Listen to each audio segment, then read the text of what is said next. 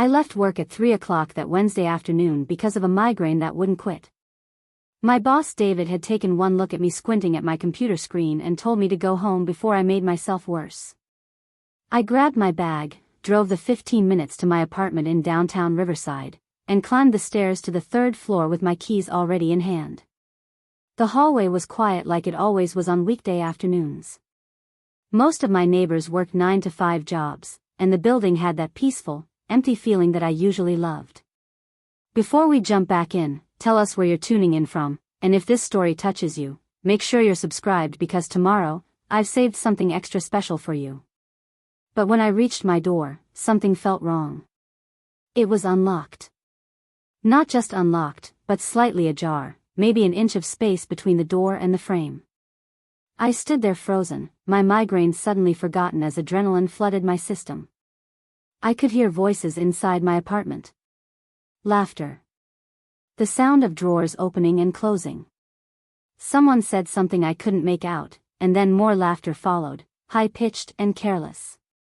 I should have called the police right then. That's what everyone tells you to do when you suspect a break-in. Don't be a hero. Don't confront intruders. Just call 911 and wait for professionals. But this was my home, my space, my things. And something about those voices sounded familiar in a way that made my stomach twist. I pushed the door open. The scene that greeted me will be burned into my memory forever. My bedroom closet, the walk-in closet that I'd been so excited about when I first toured this apartment 2 years ago, was completely exposed. The doors were flung wide open and 3 people I recognized immediately were pulling clothes off hangers, tossing them into garbage bags with the casual efficiency of people who'd done this before. Vanessa, my 22-year-old half-sister, was holding up one of my vintage leather jackets, examining it with an appraising eye. Her friend Brittany, a girl I'd met maybe twice at family dinners, was kneeling on my floor going through shoe boxes. And Tyler, Brittany's boyfriend who always gave me creepy vibes, was unplugging my laptop from the charging station on my desk. "What the hell are you doing?" The words came out louder than I intended, cracking with disbelief and fury. All 3 of them jumped. Vanessa dropped the jacket. Tyler fumbled with my laptop, nearly dropping it. For maybe 3 seconds, nobody moved. We all just stared at each other in this frozen tableau of guilt and shock. Then Vanessa recovered first, her face shifting from surprise to something uglier. Defiance mixed with contempt.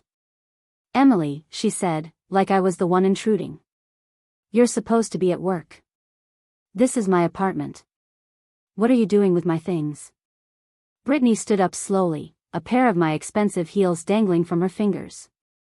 She had the decency to look uncomfortable, her eyes darting toward the door like she was calculating how fast she could run.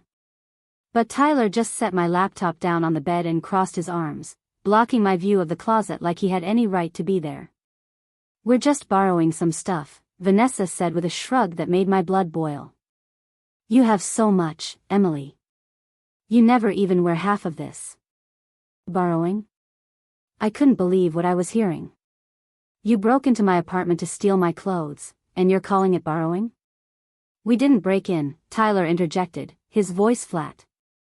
"We had a key." A key. My mind raced through possibilities.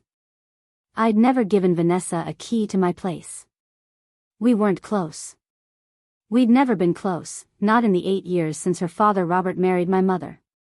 She was 14 when they got married, moody and resentful about the whole situation, and I'd been starting my career, too busy building my own life to worry about bonding with a sullen teenager who made it clear she didn't want a relationship with me. "Where did you get a key?" Vanessa smiled then, and it was the kind of smile that made me understand just how much she'd always disliked me. "Dad had one made. He said you wouldn't mind helping family out." "Dad." She meant Robert, my stepfather, a man I'd maintained polite distance from for nearly a decade. A man who'd always made comments about my apartment, my job, my things. Comments that seemed innocuous at the time but now took on a sinister new meaning. Had he been cataloging my possessions? Planning this? "Get out," I said, trying to keep my voice steady. "All of you, get out right now, or I'm calling the police." I reached for my phone, but Tyler moved faster than I expected. He crossed the room in 2 strides and grabbed my wrist, squeezing hard enough to make me drop my phone. It clattered to the hardwood floor. "Don't do that," he said quietly, and there was a threat in his voice that made my heart hammer against my ribs. "Let go of me." I tried to pull away, but his grip tightened. Brittany made a small sound of protest, but she didn't move to help me.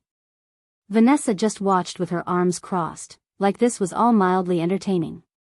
That's when I heard the front door open again. Heavy footsteps in the hallway. And then Robert's voice calling out, "Vanessa? You girls almost done?" He appeared in my bedroom doorway, and when he saw me standing there with Tyler gripping my wrist, his expression went from surprise to anger in less than a second. Not anger at Tyler for restraining me. Not anger at his daughter for robbing me. Anger at me, for being there, for disrupting whatever they'd planned. "Emily," he said, and his voice had that tone I'd heard him use on my mother 100 times. That controlled, dangerous calm that meant someone was about to get hurt. "You need to calm down and let them finish. Let them finish stealing from me." I couldn't believe this was happening. "Are you insane? Get out of my apartment, all of you, before I scream loud enough for every neighbor on this floor to hear." Robert took a step toward me, and I saw Tyler release my wrist, stepping back to give him room. That should have been my warning. That should have told me everything I needed to know about what was about to happen. But I was too angry, too shocked, too focused on the violation of seeing my things stuffed into trash bags like garbage. "You don't talk to me that way," Robert said softly. "Not after everything your mother and I have done for you." "Done for me? You've barely spoken to me in years except to ask for money or favors. And now you're robbing me?" His hand moved so fast I didn't have time to duck. The slap caught me across the face hard enough to snap my head to the side, hard enough that I tasted blood where my teeth cut into my cheek. The pain was shocking, not just physical but the sheer disbelief that this was happening. I stumbled backward, my hand flying to my face, and Robert advanced on me. The second blow was a closed fist to my shoulder that sent me crashing into my dresser. Picture frames toppled and shattered. I heard Brittany gasp, heard her say something that might have been stop, but Robert wasn't stopping. He grabbed my arm and shoved me toward the wall. "You think you're so much better than us," he hissed, his face inches from mine. "Living in your fancy apartment with your designer clothes and your perfect little life. You owe us, Emily. Your mother sacrificed everything to raise you, and you can't even help out your own sister when she needs something? This isn't helping." My voice came out choked, my shoulder throbbing where he'd hit me. "This is theft. This is assault." He hit me again, this time in the ribs, and I doubled over, gasping for air. Through the ringing in my ears, I heard Vanessa say something sharp and impatient. Something about hurrying up because neighbors might hear. As if my being beaten in my own home was just an inconvenience to their schedule. Robert pulled me upright by my hair, and the pain was so intense that tears sprang to my eyes. He leaned in close, his breath hot against my ear. "You're going to keep your mouth shut about this. You're going to let them take what they need, and you're not going to say a word to anyone. Because if you do, I'll make sure your mother knows what a selfish, ungrateful daughter she raised. I'll make sure she cuts you off completely. And trust me, Emily, that laptop they're taking has backups, doesn't it? Backups with client work on your home computer? Would be a real shame if something happened to those files." The threat landed like ice water. My client files. 6 months of design work for the agency's biggest accounts. If something happened to those files, I could lose my job. My reputation. Everything I'd built. Robert released me suddenly, and I slumped against the wall, cradling my ribs, my face on fire where he'd struck me. He turned back to Vanessa and jerked his head toward the door. "Finish up. We need to go." They moved with renewed urgency then, grabbing bags and my electronics, my jewelry box from the dresser, the vintage designer pieces I'd been collecting for years. Vanessa paused at the door, looking back at me with something that might have been pity but looked more like satisfaction. Thanks for the clothes, sis, she said. Then they were gone, the apartment door slamming behind them, leaving me alone with the wreckage of my bedroom and the metallic taste of blood in my mouth. I slid down the wall until I was sitting on the floor, my whole body shaking. My phone lay a few feet away where I'd dropped it. I crawled over and picked it up with trembling hands. For a long moment, I just stared at the screen, Robert's threats echoing in my head. But then I thought about the way he'd smiled while he hurt me. The casual cruelty in Vanessa's voice. The theft, the violence, the sheer audacity of what they'd just done. And I thought about something my father, my real father who died when I was 15, used to tell me. He'd say that bullies count on silence. They count on shame keeping their victims quiet. They count on fear being stronger than fury. My hands were still shaking as I opened my phone, but my mind was suddenly, coldly clear. I pulled up my recent calls and found Maya's number. She answered on the second ring. What's up? I thought you went home sick. Preparing and narrating this story took us a lot of time, so if you are enjoying it, subscribe to our channel, it means a lot to us. Now back to the story. Maya, I said, and my voice sounded strange to my own ears. Flat and distant, like I was listening to someone else speak.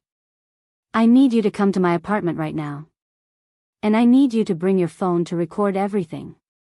Don't ask questions, just come. Please. There was a pause, then Maya's voice came back sharp with concern. I'm leaving right now. 10 minutes. Are you okay? No, I said honestly. But I'm going to be. I hung up and immediately dialed 911. When the dispatcher answered, I took a breath and began to speak, describing everything that had just happened with as much detail as I could manage. The break-in. The assault. The theft. The threats. I gave them Robert's name, Vanessa's name, descriptions of Brittany and Tyler. The dispatcher stayed on the line with me until I heard sirens approaching. Maya arrived first, bursting through my still unlocked door with her phone already out and recording. She took one look at my face, at the destroyed bedroom behind me, and her expression went from worried to furious. Oh my God, Emily. What happened to you? Record everything, I told her, gesturing at the ransacked closet, the empty spaces where my electronics had been, the broken picture frames. Every angle. I need documentation of all of this. She moved through the apartment methodically, narrating what she was seeing into her phone's microphone.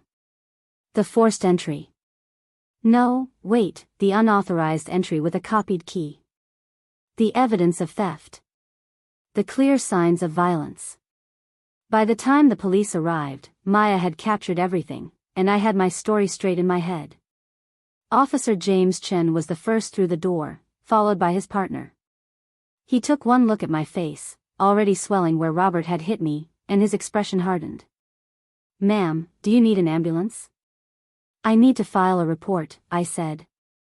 I was assaulted and robbed by my stepfather and my half-sister, and I can tell you exactly where they're going to be in about an hour. Officer Chen pulled out his notepad. Start from the beginning, he said. Tell me everything.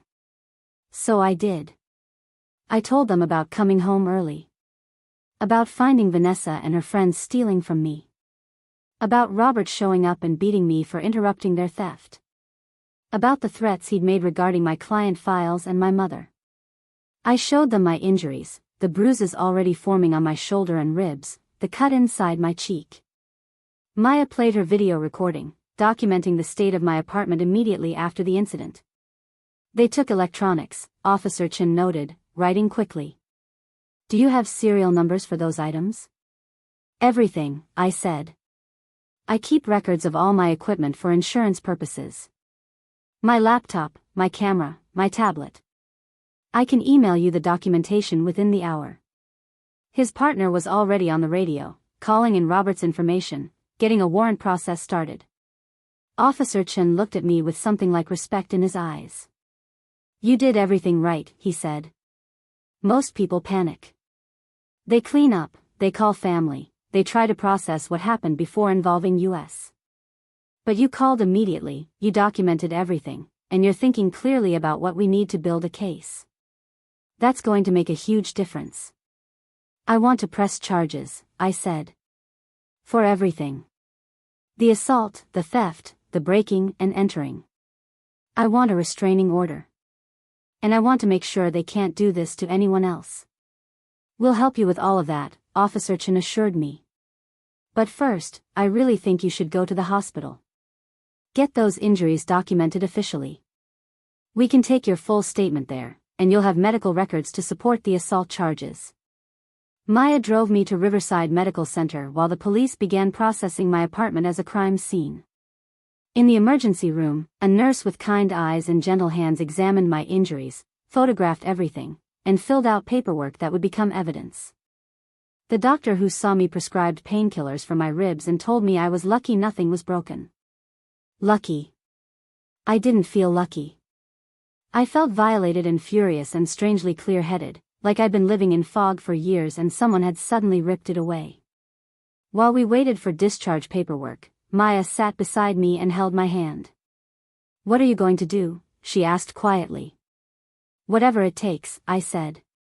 "I'm not staying quiet about this. I'm not protecting them.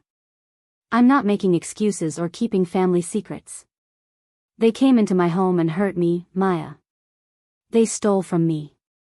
And from the way they acted, this wasn't their first time doing something like this. I'd bet money they've done this before to other people." Maya squeezed my hand. "You can stay with me as long as you need to. My apartment has a spare room. You shouldn't be alone right now." "Thank you." I meant it. In that moment, sitting in an emergency room with bruises blooming across my skin, I understood something fundamental. Family wasn't about blood or marriage certificates. It was about who showed up when your world fell apart. Maya was more family to me than Vanessa or Robert had ever been. My phone buzzed with a call from an unknown number. I answered it cautiously. "Ms. Carter? This is Detective Maria Santos with the Riverside Police Department. I've been assigned to your case. Officer Chen briefed me on the situation, and I want you to know we're taking this very seriously. We've already located your stepfather's vehicle, and we have officers en route to make arrests. I'd like to meet with you tomorrow morning to discuss next steps. Would 9 o'clock work?" "Yes," I said immediately. "Whatever you need." "Good. And Ms. Carter? I've worked a lot of these family theft cases. They tend to be more complicated than they first appear. I want you to be prepared for that. But I also want you to know that you did the right thing by calling us immediately." After we hung up, I leaned back against the hospital bed and closed my eyes. My face throbbed. My ribs ached. My apartment was a crime scene. And somewhere out there, Robert and Vanessa probably thought they'd gotten away with it. Thought their threats would keep me silent. They had no idea what they'd started. This wasn't just about recovering my stolen property anymore. This was about making sure they faced consequences for what they'd done. This was about refusing to be a victim, to be intimidated, to disappear quietly so they could move on to their next target.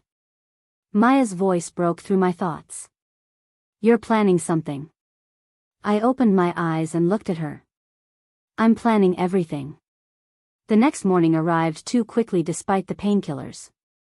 I'd spent the night at Maya's apartment, tossing and turning on her guest bed while my mind replayed the attack in vivid detail. Every time I closed my eyes, I saw Robert's face inches from mine, felt the impact of his fist against my ribs. But worse than the physical memories were the questions that wouldn't stop circling. How long had they been planning this? What else had they taken that I hadn't noticed yet? And most disturbing of all, who else had they done this to? Maya knocked softly on the door at 7:30, carrying coffee and concern in equal measure. Detective Santos called my phone.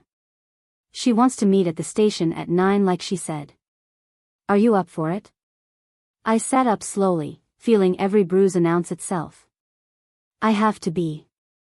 The Riverside Police Department occupied a modern building downtown, all glass and concrete that looked more like a tech company than a police station. Detective Maria Santos met us in the lobby, a woman in her mid-40s with sharp eyes and an air of competence that immediately put me at ease. She wore sensible shoes and kept her dark hair pulled back in a no-nonsense ponytail. "Ms. Carter, thank you for coming in. I know yesterday was traumatic, but time is critical in these cases." She led us through security and into a conference room with recording equipment already set up. "Before we begin, I want to show you something." She opened a laptop and turned it toward me. On the screen was a paused video feed, black and white security footage with a timestamp from yesterday afternoon. "My apartment building hallway. Your building manager provided this footage last night when we requested it. Watch what happens at 2:45. She hit play. I watched Robert walk down the hallway, stop at my door, and pull out a key. He unlocked it without hesitation, let himself inside like he owned the place, and closed the door behind him. 5 minutes later, Vanessa appeared with Brittany and Tyler, carrying empty bags. They knocked twice, Robert opened the door from inside, and all four disappeared into my apartment. "They had this planned," Detective Santos said. "Your stepfather arrived first to make sure the apartment was empty. This wasn't opportunistic theft. This was premeditated robbery." The anger that had been simmering since yesterday flared hotter. "He had a key made without my knowledge or permission.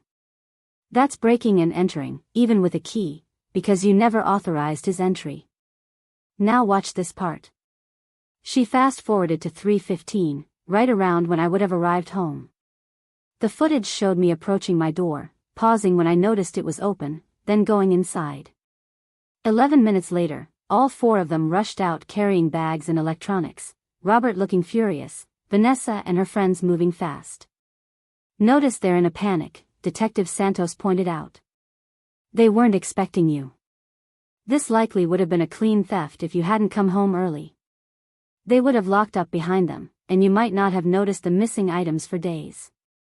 Maya leaned forward. "Did you arrest them?" "We picked up Robert Whitman at his residence last night around 8 p.m. Vanessa Whitman was there as well.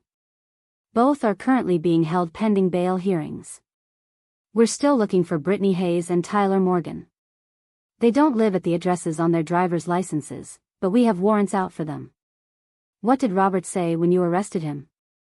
"I needed to know if he'd tried to talk his way out of it, to paint me as the problem." Detective Santos's expression turned grim. "He claimed he had your permission to access the apartment and remove items you'd agreed to give to your sister. Said you'd gotten angry over a misunderstanding and that he'd merely been trying to calm you down when you got physical with him." The audacity took my breath away. "He's lying. I never gave permission for anything. And I never touched him. He attacked me. We know. Your injuries speak for themselves, and more importantly, we have this."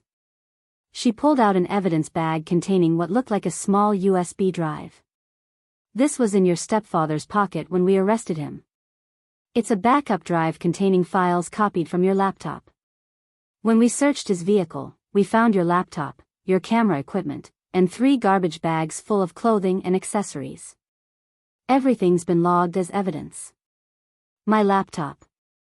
Relief washed over me. Are my client files intact? Our tech team is examining the laptop now, but it appears he made copies of several folders before you arrived home. The backup drive has duplicates of what looks like professional design work. We're treating that as additional evidence of intent to leverage stolen property for extortion, based on the threats you reported he made. This was bigger than I'd realized. Not just theft and assault, but planned extortion. What happens now?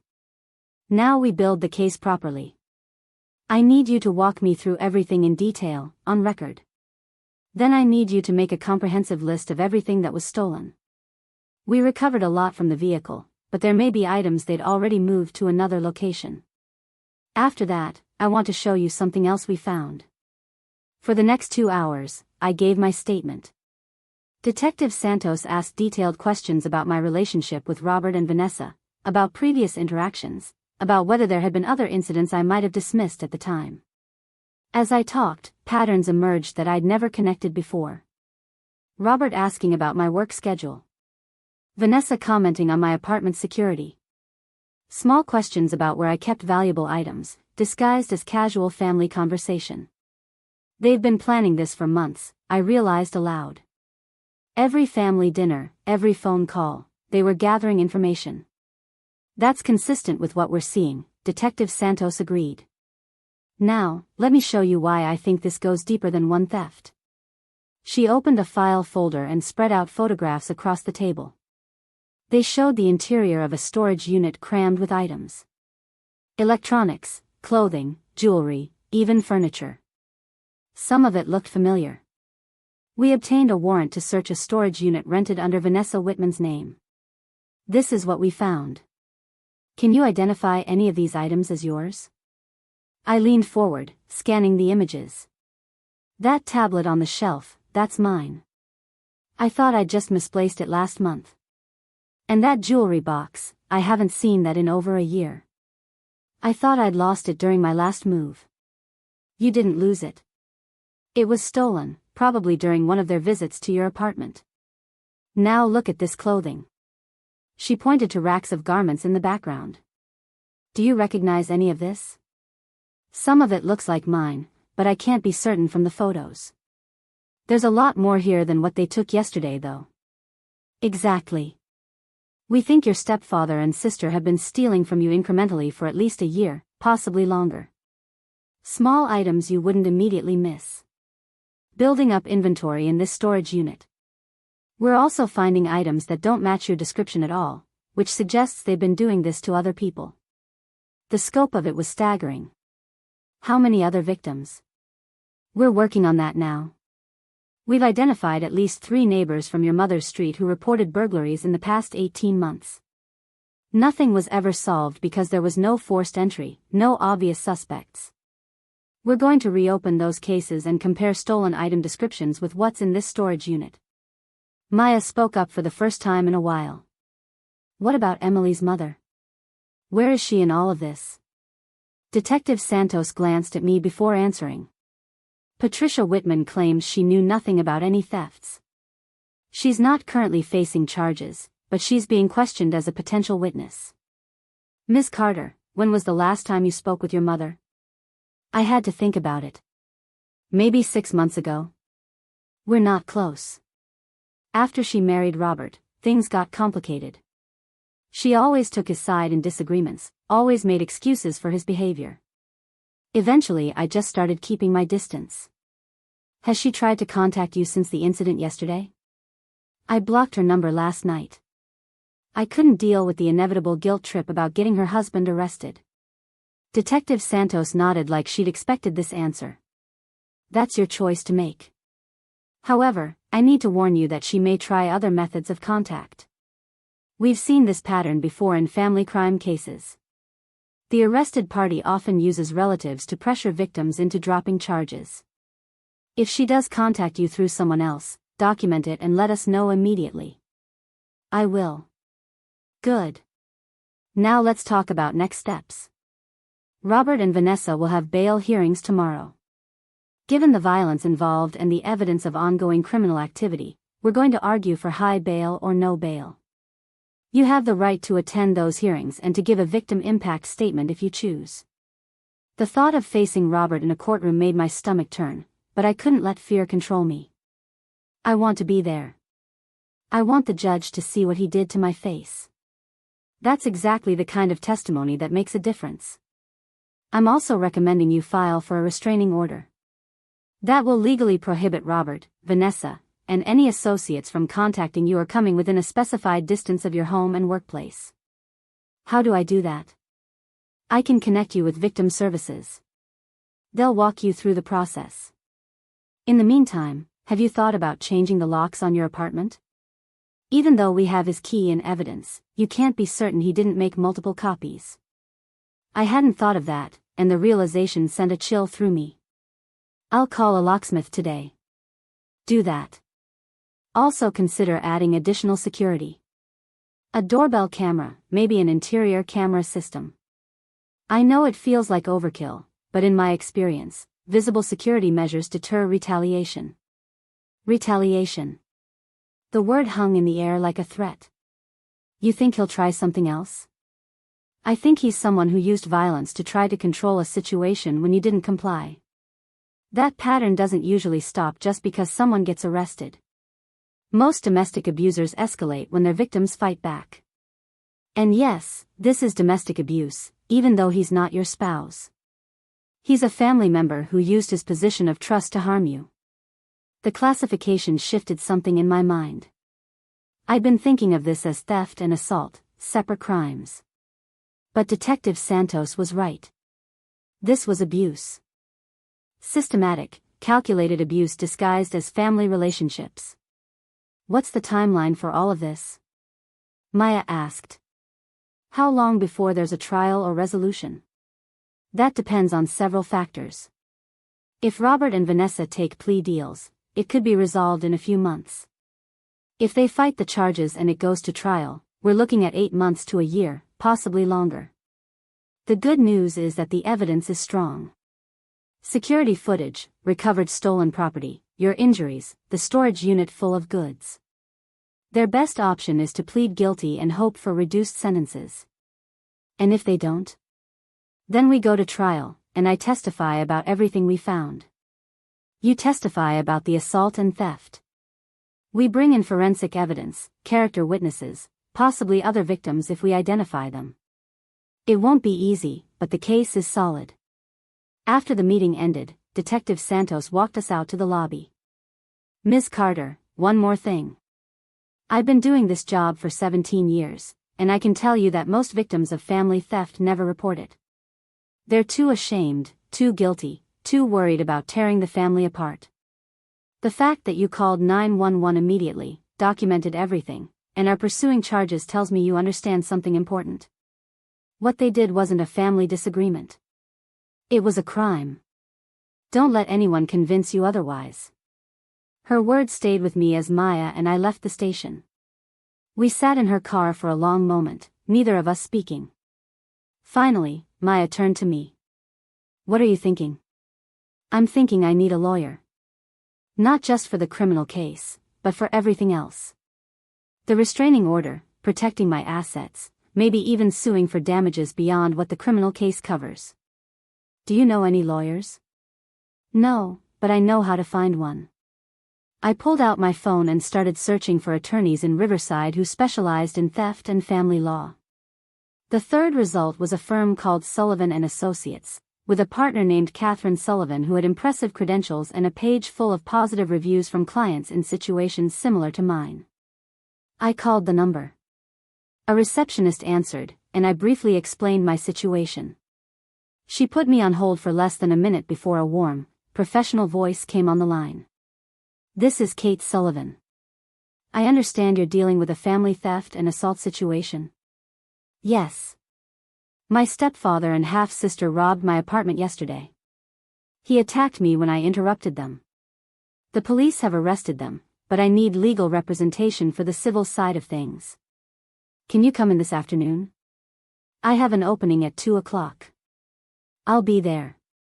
Maya drove me back to her apartment so I could shower and change into clothes that didn't smell like hospital antiseptic.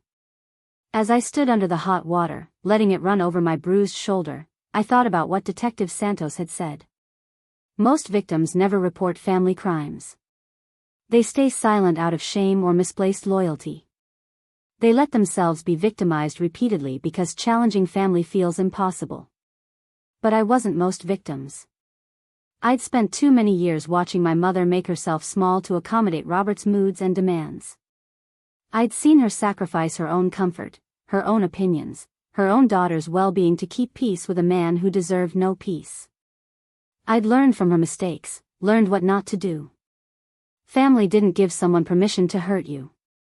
Blood relation didn't excuse theft or violence. And staying silent only protected predators while punishing their victims. I got out of the shower, dried off carefully around my injuries, and looked at my reflection in the mirror. My left cheek was swollen and discolored. My shoulder bore the clear outline of Robert's knuckles. But my eyes were clear and determined. They'd made a mistake by thinking I would react like my mother. That I would shrink and apologize and let it go for the sake of family harmony. They'd gambled that I valued peace more than justice. They'd gambled wrong. At 2 o'clock, I sat across from Catherine Sullivan in her office, which was decorated with law degrees and photos of her with various community organizations. She was younger than I expected, maybe late 30s, with red hair and freckles that made her look approachable despite the sharp intelligence in her eyes. "Tell me everything," she said, pen poised over a legal pad. So I did. The whole story, from finding them in my apartment to Robert's attack to the police investigation to this morning's meeting with Detective Santos. Kate listened without interrupting, occasionally jotting notes, her expression growing more serious as I described the scope of the theft and the storage unit full of stolen goods. When I finished, she set down her pen and leaned back in her chair. "Emily, this is one of the most clear-cut cases I've seen in years. You have everything we need. Documentation, witnesses, physical evidence, and a defendant who was literally caught on camera. The criminal case will proceed regardless of what we do, but I strongly recommend pursuing civil action as well." "What does that mean?" "It means we sue Robert and Vanessa for damages. Not just the value of what they stole, but compensation for emotional distress, medical expenses, lost work time, security upgrades to your apartment, therapy costs if you need counseling. We can also potentially go after any assets they have to ensure you're actually compensated, not just awarded a judgment they never pay." "What kind of assets would that be?" Kate pulled up something on her computer. "I did a quick property search before you arrived. Robert Whitman owns the house where he lives with your mother. It's titled in both their names. If we win a civil judgment, we can potentially place a lien on that property." The implications clicked into place. My mother would lose her house? Potentially, yes. If Robert can't pay the judgment any other way, assets may need to be sold to satisfy the debt. I need to be honest with you about that because it will affect your mother, and I need to know if that's something you're prepared to deal with. Was I? I thought about my mother standing silently by while Robert hurt me. About all the times she'd chosen his comfort over my safety. About the years of distance and dysfunction and her inability to protect her own child. "She made her choice," I said quietly. "She chose him over me a long time ago. If there are consequences for that choice, they're not my responsibility to prevent." Kate nodded slowly. "All right. Then here's what I propose. We file for a restraining order immediately. That's time sensitive and will provide you protection while the criminal case proceeds. Then we begin gathering evidence for a civil suit. I'll need detailed inventories of everything stolen, receipts or proof of purchase for high-value items, documentation of any financial losses. We'll also document your injuries and get statements from character witnesses about how this has affected your life." "How long does all of this take?"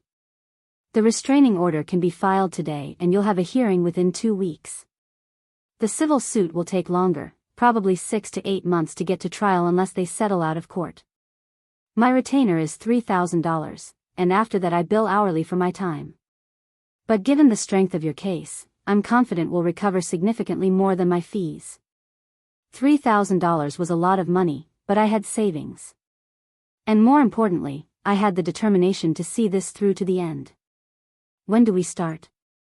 Kate smiled, and it was the smile of someone who loved her job. "Right now. Let's get that restraining order filed." The restraining order hearing took place in a small courtroom that smelled like old wood and nervous sweat. I sat beside Kate Sullivan at the petitioner's table, my hands folded tightly in my lap to keep them from shaking. Across the aisle, Robert sat with a public defender who looked like he'd rather be anywhere else.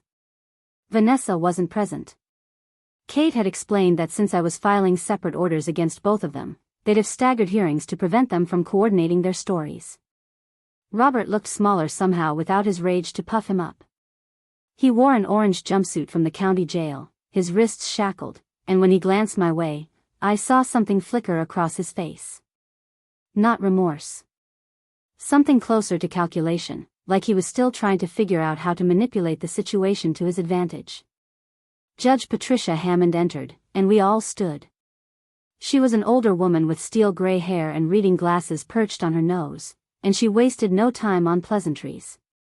"This is a petition for a protective order filed by Emily Carter against Robert Whitman. Ms. Carter, you're alleging assault, theft, and threats. Mr. Whitman, you're accused of entering Ms. Carter's residence without permission, stealing property, and physically attacking her when she interrupted. Is that an accurate summary? Kate stood. Yes, Your Honor. We have extensive documentation including security footage, police reports, medical records, and witness statements. The judge looked at Robert's attorney. How does your client respond? The public defender stood reluctantly. Your Honor, Mr. Whitman maintains this was a family misunderstanding that escalated due to miscommunication. He believed he had permission to access the residence and remove items that his daughter had agreed to give to his stepdaughter. I'm not his daughter, I said before I could stop myself. Judge Hammond looked at me over her glasses. Ms. Carter, you'll have your turn to speak. For now, let's review the evidence. Kate presented everything methodically. The security footage showing Robert letting himself into my apartment with an unauthorized key. The police report detailing my injuries. Photographs of my face and shoulder taken both at the hospital and this morning, showing the progression of bruising. The list of stolen items recovered from Robert's vehicle and the storage unit. Each piece of evidence built on the last, creating an undeniable picture of premeditated crime. When it was my turn to testify, I walked to the witness stand on legs that felt steadier than I'd expected. The bailiff swore me in, and Kate began her questions. Ms. Carter, had you given Robert Whitman permission to enter your apartment on the day in question? No. I never gave him a key or permission to enter my home. Had you agreed to give any of your belongings to Vanessa Whitman? Absolutely not. I'd been specifically avoiding contact with both of them for months because Robert kept asking me for money and favors I wasn't willing to provide. Can you describe what happened when you arrived home that afternoon? I took a breath and told the story again, keeping my voice level and factual. Finding them in my apartment. Vanessa and her friends filling bags with my clothes and electronics. Robert arriving and attacking me when I threatened to call police. The specific threats he'd made about my work files and my relationship with my mother.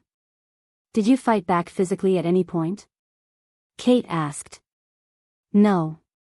I tried to pull away when Tyler grabbed my wrist, but I never struck anyone. Robert hit me multiple times while I was trying to protect myself. The cross-examination was brief. Robert's attorney tried to suggest I'd been aggressive or confrontational, but the medical evidence made that narrative impossible to sustain. You couldn't fake the kind of bruising documented in the hospital photos, and security footage showed them fleeing the scene, not me chasing them. Judge Hammond reviewed her notes for what felt like an eternity. Finally, she looked up. I'm granting the protective order for a period of 3 years. Mr. Whitman, you are prohibited from contacting Ms. Carter directly or indirectly through any means. You may not come within 500 feet of her residence, her workplace, or any location where you know her to be. Violation of this order will result in immediate arrest and additional criminal charges. Do you understand? Robert's jaw clenched, but he nodded. Yes, Your Honor. Furthermore, I'm ordering you to surrender any and all keys, access codes, or other means of entry to Ms. Carter's residence to the court. This will be verified by the property management company. Ms. Carter, I'm also recommending you change your locks and inform your building security about this order. I've already changed the locks, Your Honor. Good. This hearing is concluded. As the bailiff led Robert away, he turned back one more time. Our eyes met, and the hatred in his gaze was so intense it was almost physical. But I didn't look away. I held his stare until he disappeared through the side door, and only then did I allow myself to breathe. Kate squeezed my shoulder. That went as well as it could have. Same process for Vanessa's hearing next week. You did great up there. It doesn't feel great. It feels like I just declared war on my own family. You didn't declare anything. They brought this on themselves the moment Robert unlocked your door with a stolen key. Vanessa's hearing the following week was different. She showed up with my mother. I hadn't seen Patricia in 8 months, and the sight of her sitting in the gallery behind Vanessa's defense table sent a jolt through my system. She looked older, worn down in a way that had nothing to do with age. Her clothes hung loose like she'd lost weight, and her hands twisted constantly in her lap. When our eyes met, she mouthed something that might have been please or sorry. I couldn't tell and didn't care enough to ask. Vanessa, in contrast, looked defiant. She dressed carefully for court in a modest blouse and slacks, her hair pulled back, trying to project innocence. But when she looked at me, I saw the same contempt she'd shown while ransacking my closet. This hearing followed the same pattern as Robert's. Evidence presented, testimony given, cross-examination attempted. But Vanessa's attorney, a sharp woman in an expensive suit that someone else must have paid for, took a different approach. Ms. Carter, isn't it true that you and your sister have had a contentious relationship since your parents married? We've never been close, if that's what you mean. In fact, you've often excluded her from family events and refused to help her when she needed support. Kate objected. Relevance, Your Honor. I'm establishing a pattern of hostility from the petitioner that may have contributed to misunderstandings about property access. Judge Hammond frowned. I'll allow it, but make your point quickly. The attorney turned back to me. Did you or did you not refuse to lend Vanessa money when she was struggling financially last year? I declined to give her a loan that I knew wouldn't be repaid. That's not hostility. That's boundaries. Did you refuse to let her stay with you when she was between apartments? She never asked me directly. Robert called and said she needed a place. I said no because I knew from experience that temporary would become permanent. So you admit you refused to help your own sister. I admit I refused to be taken advantage of again. There's a difference. The attorney tried several more angles, attempting to paint me as cold and unreasonable, someone who'd provoked this situation through years of rejecting family overtures. But the evidence didn't support that narrative. Security footage doesn't lie. Stolen property in a storage unit doesn't care about family dynamics. Judge Hammond granted the protective order for Vanessa as well, with the same restrictions. As court adjourned, my mother stood and tried to approach me. Two bailiffs immediately stepped between us, enforcing the protective order that now separated Vanessa from me by 500 feet. Emily, please, Patricia called out. Can we just talk for 5 minutes? I need to explain. Kate put a hand on my arm, steering me toward the exit. You don't have to engage. I know. But I turned back anyway, addressing my mother across the distance the bailiffs maintained. There's nothing to explain, Mom. You knew what they were doing, or you should have known. Either way, you chose not to protect me. You chose him. Again. You've been choosing him over me for 8 years, and I'm done pretending that's normal or acceptable. He's my husband. You're asking me to choose between you. No. I'm not asking for anything anymore. I'm telling you that I'm choosing myself. Finally. Her face crumpled, and part of me, the part that still remembered being a child who loved her mother unconditionally, felt a pang of guilt. But the larger part, the part that had been beaten and robbed and threatened, felt nothing but cold certainty. Kate guided me out of the courthouse and into the bright afternoon sun. Your mother is going to try to contact you again. They always do. Be prepared for letters, emails from new addresses, messages passed through mutual acquaintances. Document everything but don't respond. What if she actually needs help? Then she can ask someone else. Emily, I know this feels harsh, but you need to understand something. In cases like this, family members who enable abusers often become tools of further abuse. Your mother will say she just wants to talk, to explain, to repair the relationship. But what she really wants is to convince you to drop charges and make this all go away so her life can return to normal. Even though her life was never normal. Exactly. She's invested in the dysfunction because it's familiar. Change threatens her sense of stability, even if that stability is built on enabling someone who hurts people. We walked to Kate's car in silence. Once inside, she pulled out a folder. I got some news this morning. Detective Santos called. They've identified 4 other victims besides you. Neighbors, family friends, even one of Vanessa's former roommates. All of them reported thefts over the past 2 years that match items found in the storage unit. 4 other victims. The scale kept expanding. Are they pressing charges?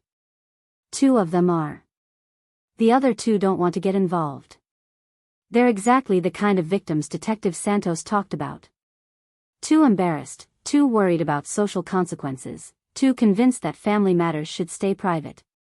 What about the ones who are pressing charges? Will that help the case? Immensely. It establishes a pattern of behavior. This wasn't one incident of poor judgment.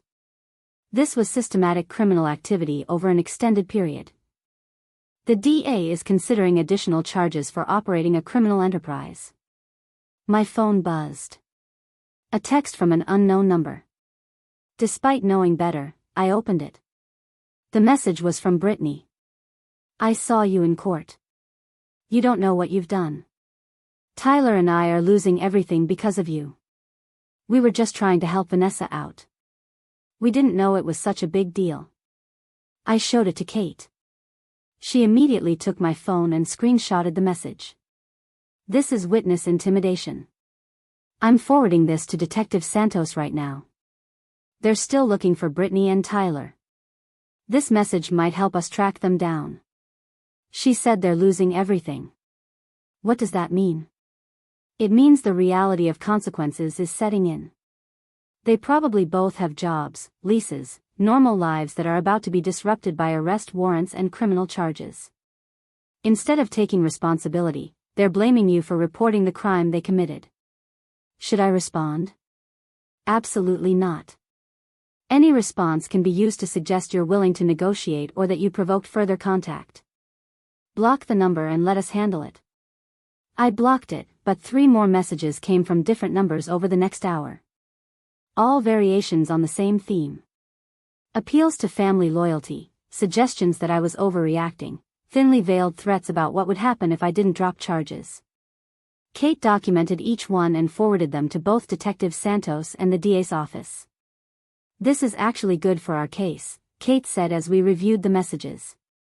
Every time they contact you in violation of the protective order, they're creating more evidence of their disregard for legal boundaries.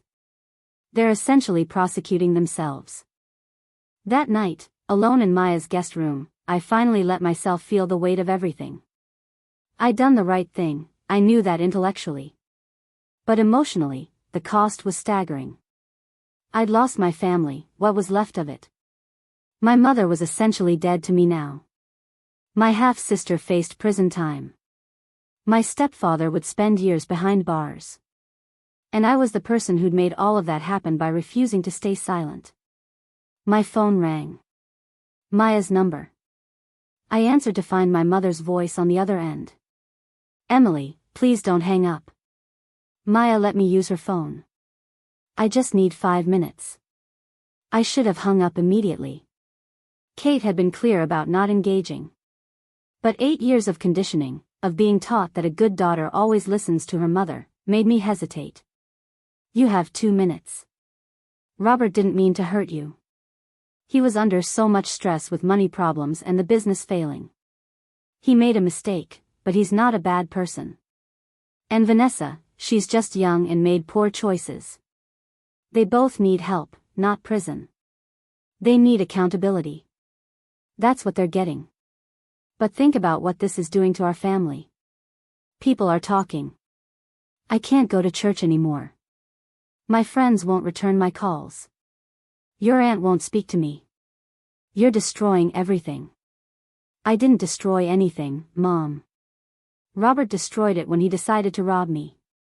You destroyed it when you chose to protect him instead of me. None of this is my fault. If you would just drop the charges, we could work this out as a family. Get counseling. Start over. There is no family to start over with. There never really was. And I'm done pretending otherwise. How can you be so cold? The question hung in the air. Cold. She thought I was cold for protecting myself from people who'd hurt me. Cold for refusing to enable abuse. Cold for expecting basic human decency from people who were supposed to love me. If standing up for myself makes me cold, then I'll be cold. Goodbye, Mom. I hung up and immediately called Kate to report the contact. She sighed heavily.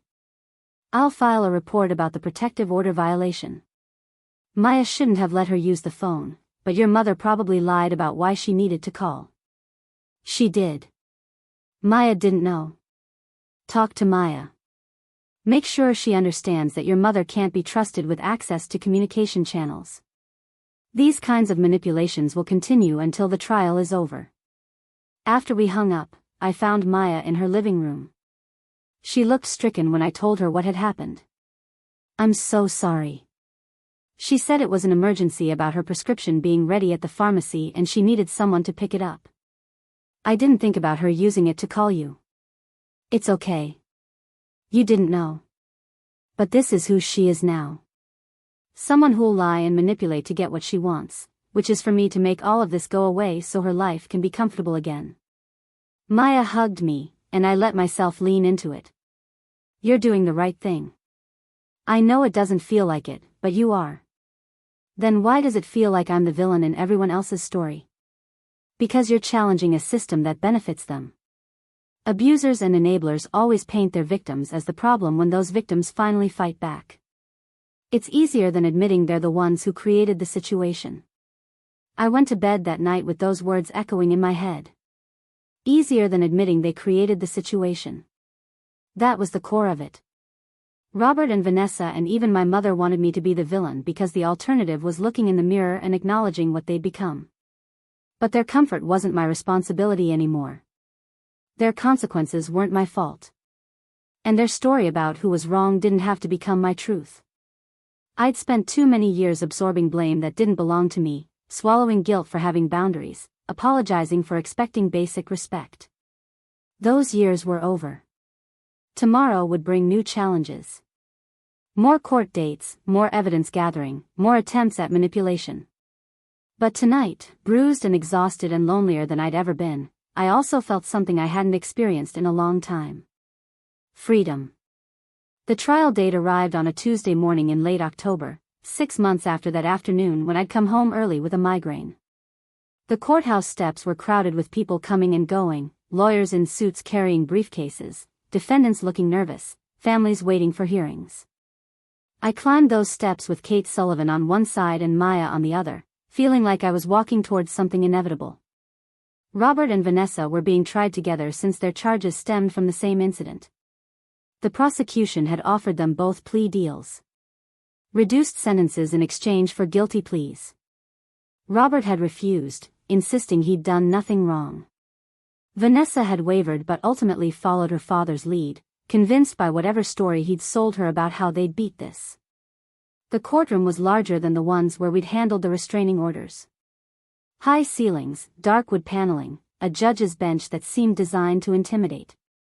I took my seat in the gallery behind the prosecution table, scanning the room for familiar faces. My mother sat on the opposite side behind the defense, dressed in black like she was attending a funeral.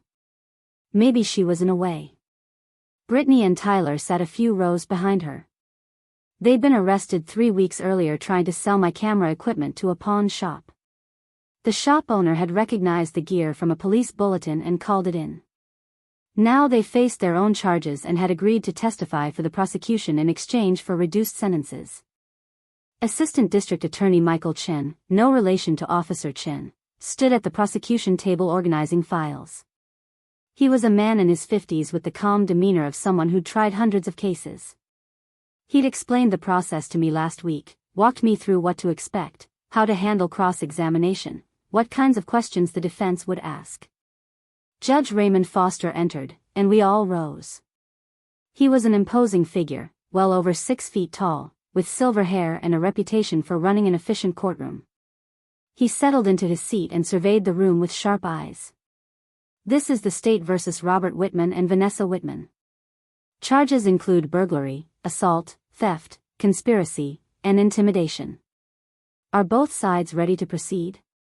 Ready for the prosecution, Your Honor, Michael Chen said. The defense attorney, a man named Douglas Wright who'd been hired by someone with deeper pockets than Robert should have, stood as well. Ready for the defense. The jury had been selected the previous week. 12 people who would decide Robert and Vanessa's fate based on the evidence presented. I studied their faces as they filed in, trying to guess which ones would be sympathetic, which ones skeptical.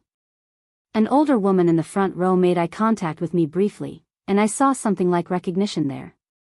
Maybe she had difficult family too. Opening statements began. Michael Chen laid out the prosecution's case with precise efficiency. He described the security footage showing premeditation, the storage unit full of stolen goods, the attack on me when I interrupted their theft. He promised to present witnesses and evidence that would prove beyond reasonable doubt that both defendants had engaged in calculated criminal behavior. Douglas Wright countered with a narrative about family dysfunction and misunderstanding. He painted me as someone who'd held grudges, who'd refused to help family members in need, who'd blown a simple disagreement out of proportion. According to his version, Robert had believed he had permission to help Vanessa retrieve items I'd promised her. The physical altercation had been an accident, a result of high emotions and miscommunication. It was a creative story. It just had the disadvantage of being completely false. The prosecution called Detective Santos first. She walked the jury through the investigation, explaining how the security footage contradicted any claims of permission or misunderstanding. She described the storage unit, the multiple victims, the pattern of theft over 2 years. She showed photographs of recovered items, including things stolen from neighbors and family friends. In your professional opinion, detective, was this an isolated incident? Michael Chen asked. No. This was organized criminal activity conducted over an extended period. The defendants had a system. They identified targets, gained access through family or social connections, stole items that wouldn't be immediately missed, and stored everything for later sale. Ms. Carter was simply the victim who happened to come home at the wrong time. The defense tried to poke holes during cross-examination. Couldn't the storage unit belong to someone else? Couldn't Vanessa have innocently rented it without knowing what would be stored there? Couldn't this all be circumstantial? Detective Santos remained unflappable. The storage unit was rented in Vanessa Whitman's name using her identification. She had the only key until we seized it during arrest. And we have testimony from the storage facility manager that she was seen accessing the unit multiple times over several months, often accompanied by her father. Next came the testimony from other victims. Mrs. Henderson, an elderly neighbor of my mother's, described coming home from a church retreat to find her late husband's watch collection missing. Nothing else had been touched. No forced entry. She'd assumed she'd misplaced the items during her grief until police contacted her about the storage unit. Did you know the defendants? Michael Chen asked her. Vanessa had been to my home several times. Such a sweet girl, I thought. She'd helped me carry groceries, asked about my husband. I'd mentioned the watches to her, told her they were valuable. I never imagined she was cataloging what to steal. Mr. Jacobson, a family friend who'd known my mother for decades, testified about tools disappearing from his garage after Robert had borrowed them for a supposed project. When he'd asked for them back, Robert claimed he'd returned them. The tools later turned up in the storage unit. Each victim painted the same picture. Trust exploited. Kindness weaponized. Small thefts designed to avoid detection until the evidence became overwhelming. Then it was my turn. Walking to the witness stand felt like moving through water. Every eye in the courtroom tracked my movement. I could feel Robert's gaze burning into the side of my face, but I refused to look at him. I focused on Michael Chen, on his calm presence, on the fact that I was here to tell the truth. The oath, the questions about my background and relationship to the defendants. All routine establishment of who I was and why my testimony mattered. Then we got to the heart of it.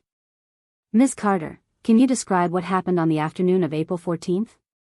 I took a breath and began. Coming home early from work.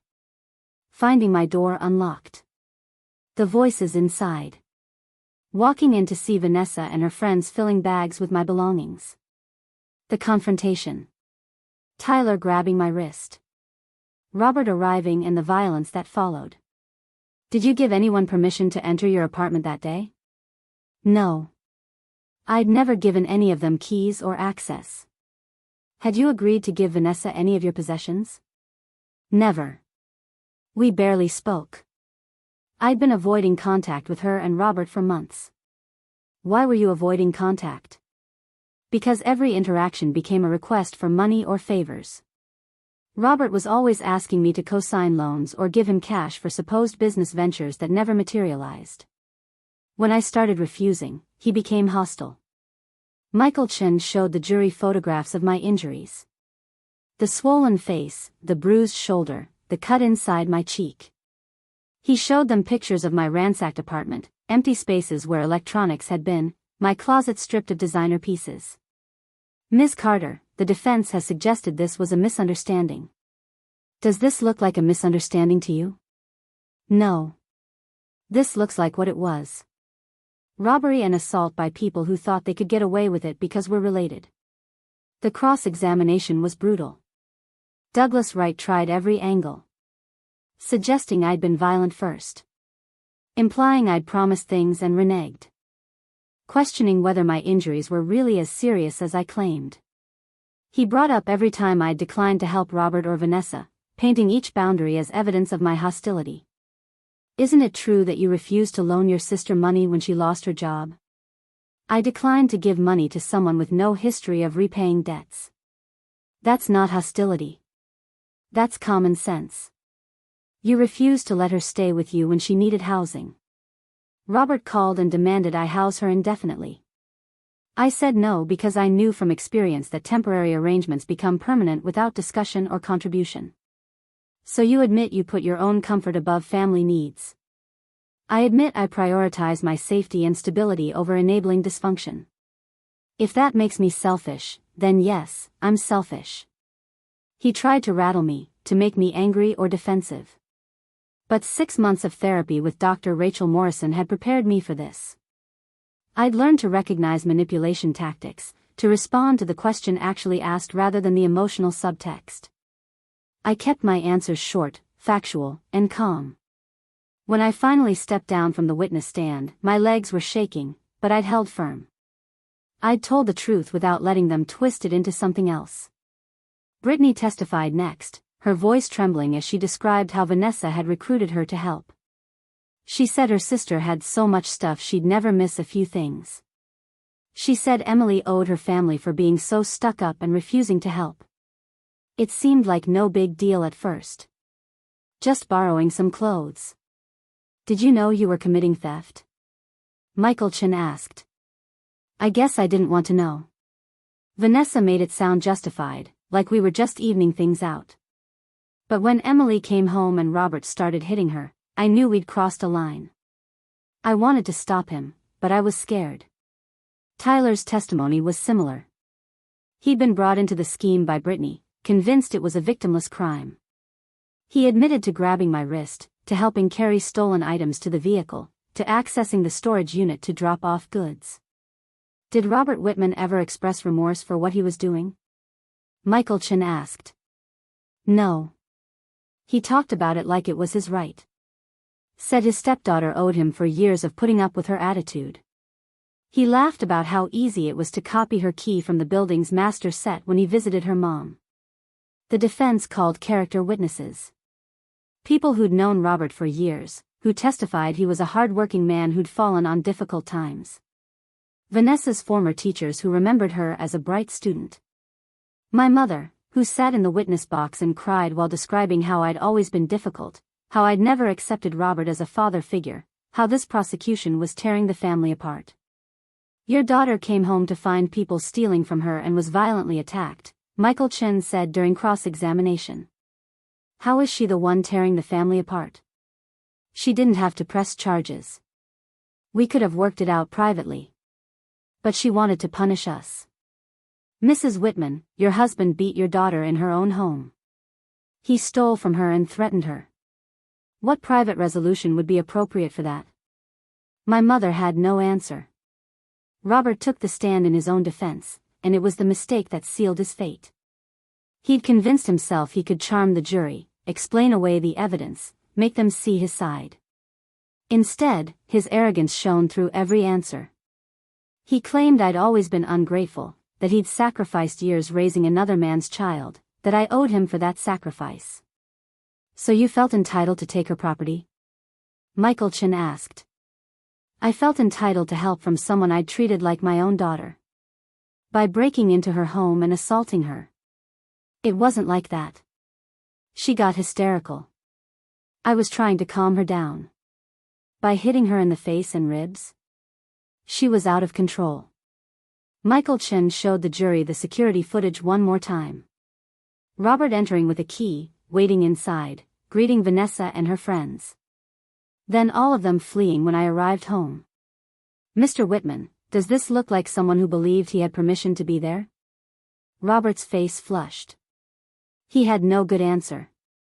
He'd been caught in his lies, exposed by his own words and the incontrovertible evidence of his premeditation. Closing arguments crystallized everything. The prosecution painted a clear picture of calculated crime, systematic exploitation, and violent retaliation when caught.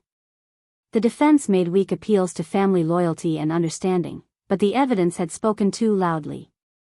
The jury deliberated for 6 hours. When they returned, the four women stood to deliver the verdict. In the case of the state versus Robert Whitman, on the charge of burglary, we find the defendant guilty. On the charge of assault, guilty.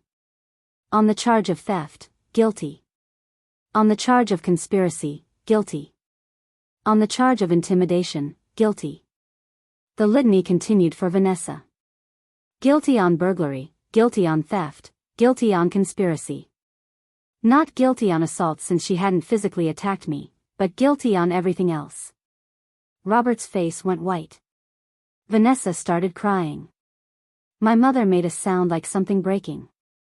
And I sat there feeling nothing but hollow relief. Justice had been served. The jury had seen through the lies and manipulation. They'd held both defendants accountable. Sentencing was scheduled for 3 weeks later. Robert would face years in prison. Vanessa, as a first-time offender who hadn't participated in the violence, would likely get a lighter sentence but would still serve time. The civil case would proceed separately, allowing Kate to pursue financial compensation for everything they'd taken and destroyed. Outside the courthouse, reporters waited with cameras and questions. Kate had prepared me for this. She gave a brief statement about justice being served, about the importance of holding family members accountable for criminal behavior, about hoping this case would encourage other victims to come forward. I added only one thing. Family is not an excuse for abuse. Blood relation does not grant permission to steal, to hurt, or to exploit. Anyone experiencing this needs to know that protecting yourself is not betrayal. Silence is not loyalty. And justice is not revenge. It's simply requiring people to face consequences for their choices. The cameras flashed. Questions flew. But Maya and Kate shepherded me to the car, and we drove away from the courthouse, from Robert and Vanessa, from my mother's tears and the weight of judgment. How do you feel? Maya asked from the driver's seat. I thought about it. Like I can finally breathe. 3 years passed like water flowing around stones, reshaping everything in its path. The sentencing had been swift. Robert received 12 years in federal prison with no possibility of parole for the first 8. Vanessa got 4 years with eligibility for early release after 2 if she demonstrated good behavior and completed rehabilitation programs. Brittany and Tyler each served 18 months in county jail and were released with probation requirements that would follow them for years. The civil case had taken longer to resolve, but Kate Sullivan had been relentless. The judgment awarded me full restitution for stolen property, compensation for medical expenses, payment for therapy costs, and punitive damages that totaled more than the house my mother and Robert owned. When they couldn't pay, the court ordered the property sold. My mother moved into a small rental apartment across town, working part-time at a grocery store, her retirement account depleted to satisfy the debt her husband had created. I never spoke to her again. She'd tried letters at first, long rambling explanations about how she'd been trapped, how she hadn't known the full extent of what Robert was doing, how she'd always loved me despite everything. I read the first one and threw the rest away unopened. Love without protection was just a word. Actions mattered more than feelings, and her actions had spoken clearly enough. The story had made regional news, then picked up by national outlets as an example of family financial crime.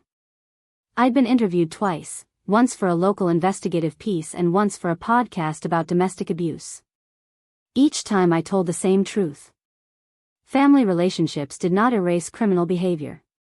Staying silent only protected perpetrators. Speaking up was not betrayal, it was survival. Those interviews led to something unexpected. Other victims started reaching out. People who'd been stolen from by relatives, who'd been assaulted by family members, who'd been told to keep quiet for the sake of maintaining appearances. They wanted advice, support, someone who understood what it felt like to be blamed for defending yourself. I started responding to messages in my spare time, sharing resources about legal options and victim services. It became a routine. Work during the day at Creative Solutions Agency where I'd been promoted twice and now led the design team. Evenings split between my own creative projects and answering emails from strangers who needed to hear that they weren't crazy for wanting justice. Maya had watched this evolution with quiet pride. We still lived together, though now in a larger apartment we'd chosen together. She'd become more than a friend. She was family in the truest sense, the person who showed up consistently without conditions or demands. "You should formalize this," she said one evening as I typed responses to 3 different people asking about restraining orders. "Create a website or a nonprofit. Turn it into something structured that can help more people." The idea took root. Over the next 6 months, I worked with a lawyer to establish a small nonprofit called Boundaries Not Barriers. The mission was simple. Provide resources and support for victims of family financial crime and abuse. Help them understand their legal options. Connect them with attorneys and law enforcement. Most importantly, tell them they were not alone and not wrong for prioritizing their own safety. Kate Sullivan volunteered as our legal advisor. Detective Santos, who'd retired from active duty, joined as a consultant on criminal justice procedures. We recruited therapists, financial advisors, and advocates who understood the unique challenges of family-based crime. Within a year, we'd helped over 100 people file reports, obtain protective orders, and begin the difficult process of reclaiming their lives. The work was rewarding but heavy. Every story I heard echoed my own in some way. Parents who'd stolen their children's identities.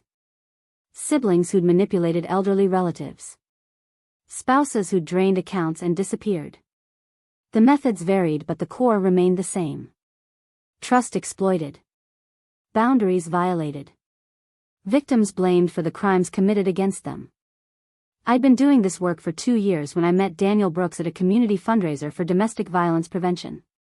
He was there representing a counseling center that provided free therapy for abuse survivors. We started talking about the overlap between our organizations, the gaps in services for people dealing with family perpetrators, the way society still treated these crimes as private matters rather than serious offenses.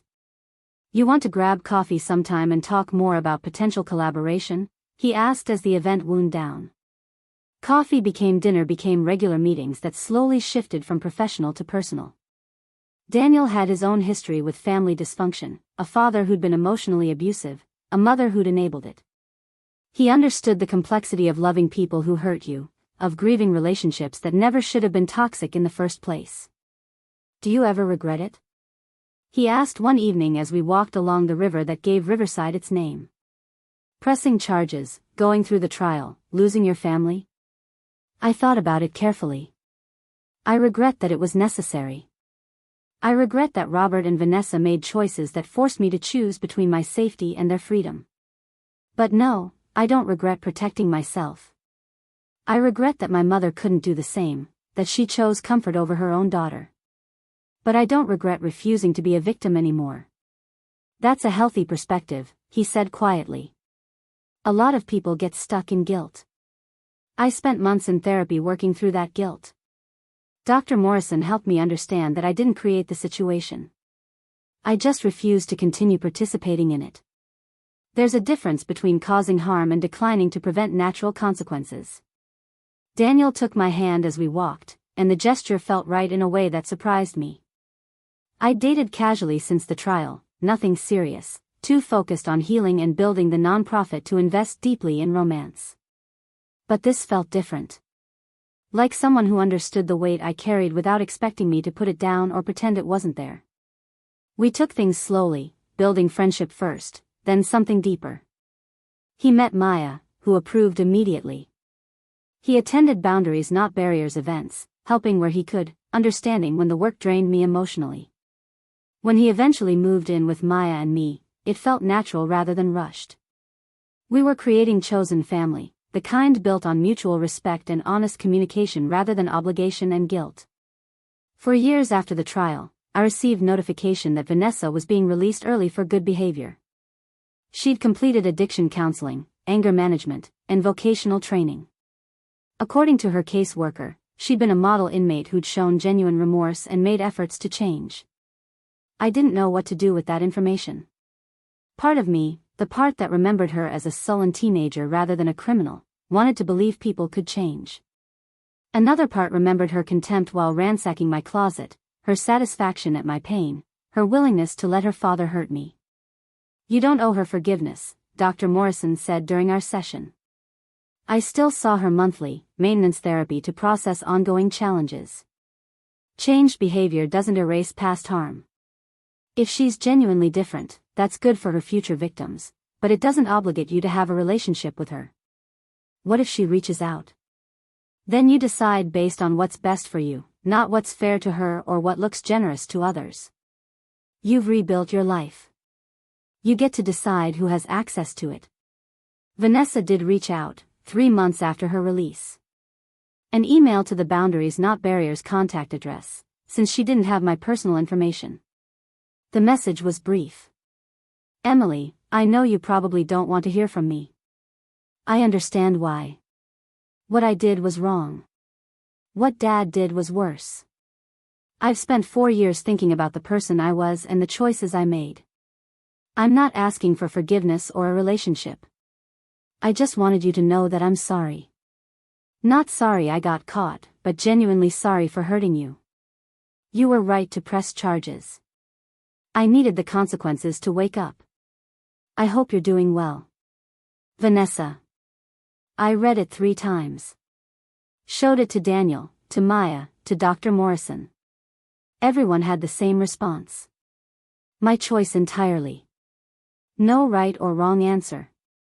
I didn't reply. Not because I was angry or holding a grudge, but because I genuinely had nothing to say to her. Her apology was for her benefit, her peace of mind, her growth journey. I didn't need it. I'd already moved past needing anything from her. But I kept the email. Filed it away as evidence that sometimes people did change, even if that change came too late to repair what they'd broken. Robert remained in prison. He'd been disciplined twice for attempting to intimidate other inmates, showing that prison hadn't softened his need for control. He'd be eligible for parole in 4 more years, but given his record, approval seemed unlikely. My mother still wrote him weekly, still visiting when allowed, still choosing him over reality. I'd made peace with that too. Some people were so invested in their dysfunction that they couldn't imagine life without it. My mother had built her identity around being Robert's wife, around sacrificing for difficult men, around suffering as proof of love. Without that suffering, she didn't know who she was. That was her tragedy, not mine. Boundaries Not Barriers continued growing. We secured grant funding that allowed us to hire full-time staff. We expanded services to include support groups, legal clinics, and educational workshops about recognizing exploitation before it escalated. We partnered with law enforcement agencies to improve responses to family crime reports.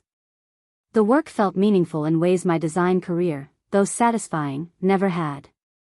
5 years after coming home to find my apartment ransacked, I stood in front of a crowd at a conference on financial abuse. Maya sat in the front row next to Daniel, both smiling with encouragement. Kate Sullivan was there too, along with Detective Santos and several people we'd helped through Boundaries Not Barriers. "My name is Emily Carter," I began. 5 years ago, my stepfather and half-sister broke into my home and stole from me. When I interrupted them, he beat me. My mother told me not to press charges because it would shame the family. But staying silent would have shamed me. So I chose myself. I told the story. Not for sympathy or validation, but as a roadmap for others still trapped in similar situations. I explained the legal process, the emotional challenges, the way guilt tried to convince me I was destroying my family when really I was just refusing to be destroyed by them. The hardest part wasn't the trial or the estrangement, I said. It was unlearning the idea that family loyalty meant accepting abuse. That love meant sacrificing myself. That keeping peace was more important than keeping safe. Once I understood that those beliefs were lies designed to protect perpetrators, everything else became clearer. Questions followed. Someone asked if I'd ever reconciled with my family. I said no, and explained that reconciliation required changed behavior, not just time passing. Someone else asked how I dealt with people who judged me for pressing charges. I told them other people's opinions about my trauma were irrelevant to my healing. A young woman in the back raised her hand. How do you know when it's time to walk away from family? How do you know you're not just being selfish? I met her eyes and saw myself 5 years ago. Hurting and confused and desperately seeking permission to protect myself. You're not being selfish for having boundaries, I said. You're being human. And if your family tells you that wanting basic respect is selfish, that tells you everything you need to know about whether they're safe to be around. Walking away isn't giving up on family. Sometimes it's giving up on the fantasy that they'll become who you need them to be. And that's okay. You're allowed to grieve the family you deserved while protecting yourself from the family you got. After the conference ended, several people approached me with their own stories. I listened, shared resources, exchanged contact information. This had become my purpose. Not just surviving what happened to me, but creating pathways for others to survive their own situations. That evening, Daniel and I walked through the neighborhood where I'd first lived after leaving Maya's place. I'd eventually moved into my own space, a small house with a garden where I could grow vegetables and flowers. It was mine entirely. No shared history, no violated boundaries, no fear that someone might show up with a key I didn't give them. Do you ever wish things had been different? Daniel asked. That Robert had been someone safe, that you'd had the family you deserved? Every day, I admitted. But wishing doesn't change reality. All I can do is build something better with what I have now. And what I have now is pretty good. He squeezed my hand. It really is. We walked in comfortable silence back to the house. Maya was there when we arrived, cooking dinner and singing off-key to music only she could hear through her headphones. This was family. People who showed up consistently, who respected boundaries, who celebrated growth instead of demanding sacrifice. I'd learned that family wasn't who you were born to or who married your parent. Family was who held you while you grieved losses that looked like betrayal. Who celebrated victories that looked like endings. Who understood that sometimes the bravest thing you could do was walk away from people who demanded you set yourself on fire to keep them warm. My phone buzzed with an email. Another person reaching out through boundaries, not barriers. Another story of exploitation and pain, another request for help navigating the impossible choice between family and safety. I'd respond tomorrow. Give them resources, share my experience, tell them what Dr. Morrison had told me years ago. That protecting yourself wasn't selfish. That consequences weren't punishment. That justice sometimes looked like doors closing behind you as you walked toward freedom. Tonight though, I was exactly where I needed to be. In a home I'd built myself, surrounded by people I'd chosen, doing work that mattered, living proof that you could survive family betrayal and build something beautiful from the wreckage. Robert had tried to break me. Vanessa had helped him. My mother had looked away. But I'd refused to stay broken. I'd stood up, pressed charges, faced judgment, and come out the other side stronger than any of them had believed possible. That was my revenge. Not their punishment, though they'd earned that. But my persistence. My healing. My refusal to let what they did define who I became. I'd reclaimed my name, my credit, my peace, and my future. Everything they'd tried to steal, I'd built back better. And now I spent my days helping others do the same, turning my worst experience into a resource for people who needed to know that survival was possible. The scars remained.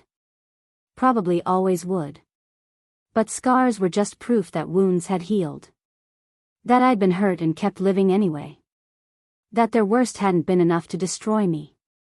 And that was the truest justice of all. Up next, you've got 2 more standout stories right on your screen. If this one hit the mark, you won't want to pass these up. Just click and check them out.